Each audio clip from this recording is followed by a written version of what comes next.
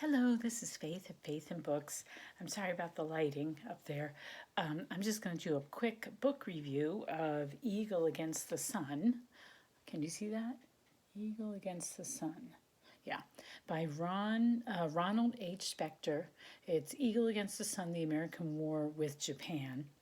I just finished it last night, and I want to do a quick review, and usually I do my stuff in the morning, but our schedule is changing yet again, and now our boarder, whose little boy I watch, she has to work the night shift, like complete night shift. She has shifted to late afternoon through night, and then she was home around 12:30 in the morning, but now she's out all night.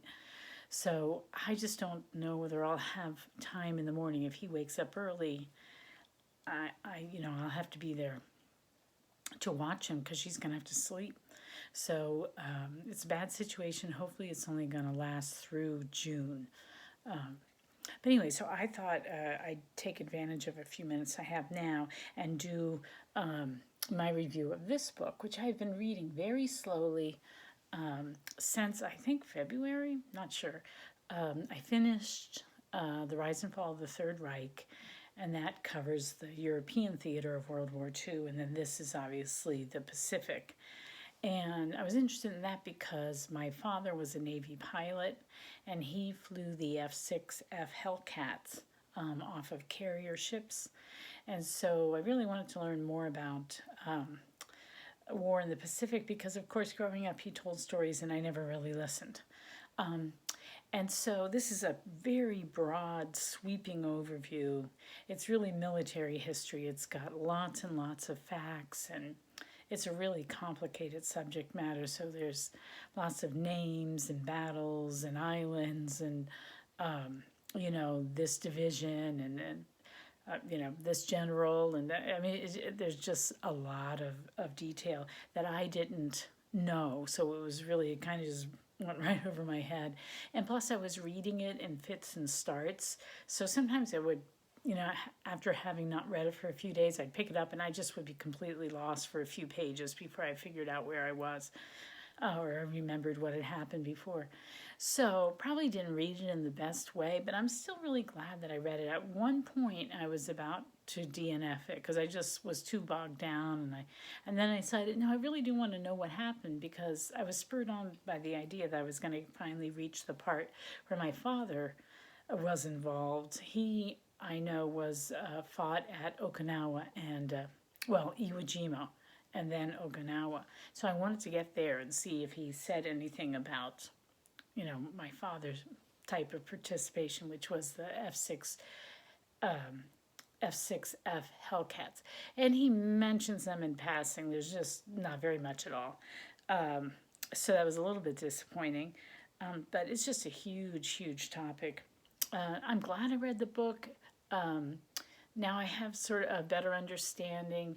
And it was very well written.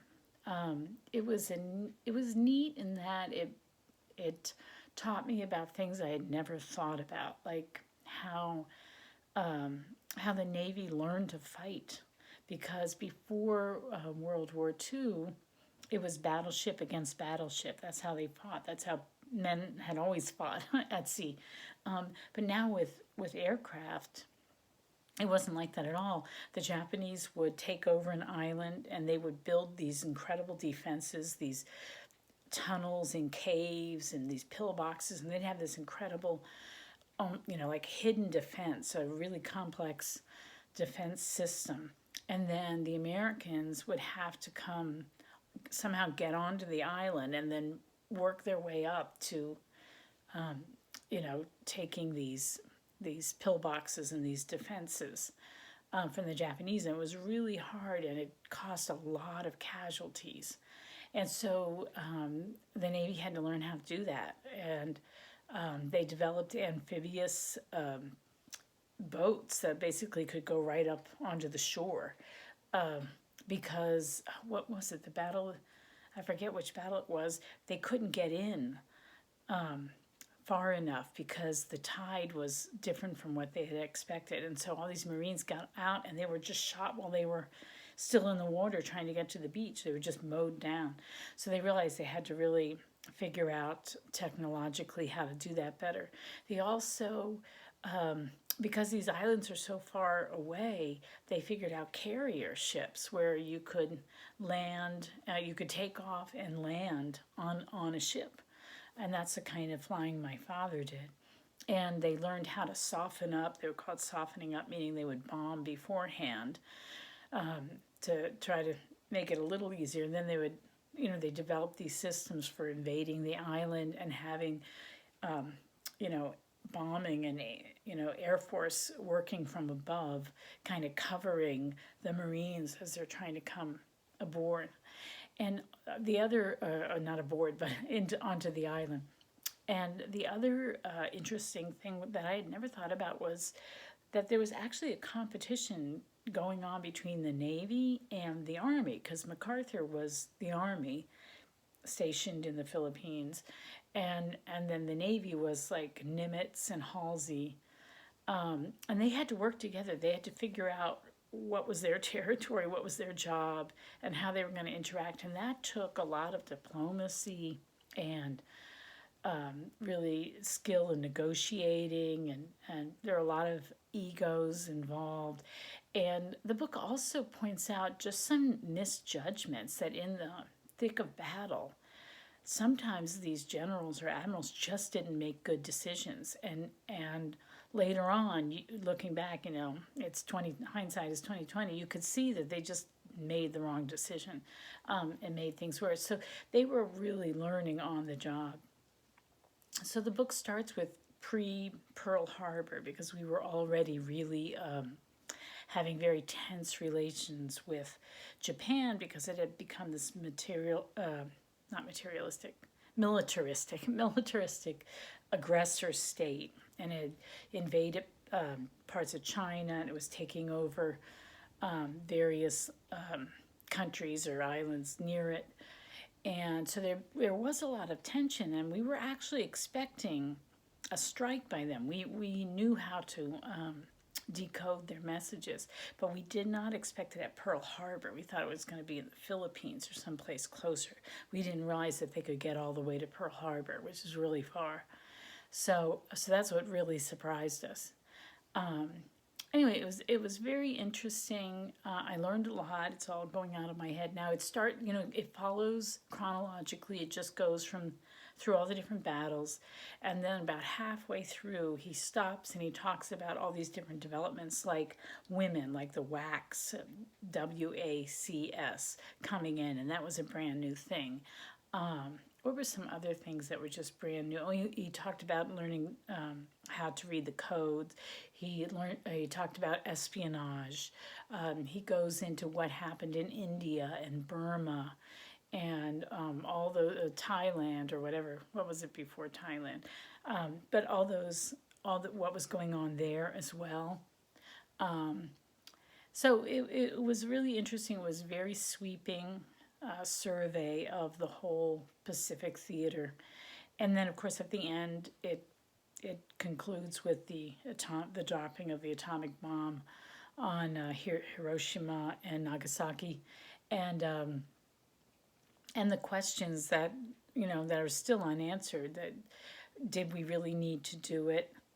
But he brings up an argument that I do remember my father saying. Because, my father was there right at the end of the war, and they would have had to go in and invade the home islands of Japan. And it seemed like the Japanese weren't going to ever surrender. And everything just caused so many casualties. It was just bloodbaths, just thousands and thousands of troops getting killed. And it just seemed like they weren't going to give up. And one thing that really, really freaked the Americans out were all the kamikaze pilots. Like, they figured if you were willing to do that, you were never going to give up. You were going to go down, fighting. And they didn't feel like they were dealing with reasonable people.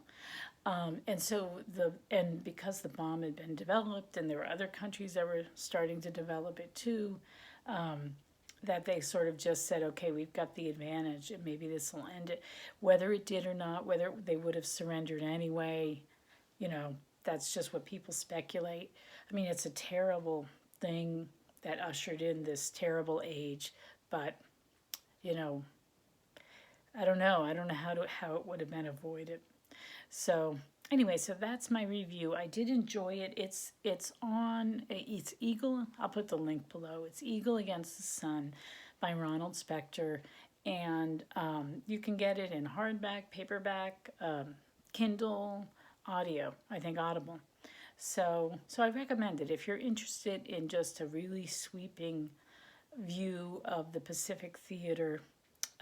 It's a good book to go to. It had been on my Kindle because my husband read it a couple of years ago. So I'm doing this just reading a year of reading your own, but that was already on the Kindle. So it was a good follow up to the Rise and Fall of the Third Reich for me. And I'm really hoping that my daughter, I told her I wanted something for Mother's Day, and she didn't get it to me for Mother's Day, but maybe she's just late. But I really wanted this book that I found called Hellcat Tales, and it's the memoirs of a guy who was a Navy pilot, just like my father, who flew during Iwo Jima and Okinawa, so the same battles. So if she doesn't give it to me, soon as my vow of not buying new books is over, I'm going to get that book and read it, because that, I think, I really wanted to learn about my father's experience, so it was good to have this as a backdrop. But now I want to read more about what exactly was going on for him, in this vast conflict that was going on. So that's my review, and I guess I will talk to you later. Take care. Bye.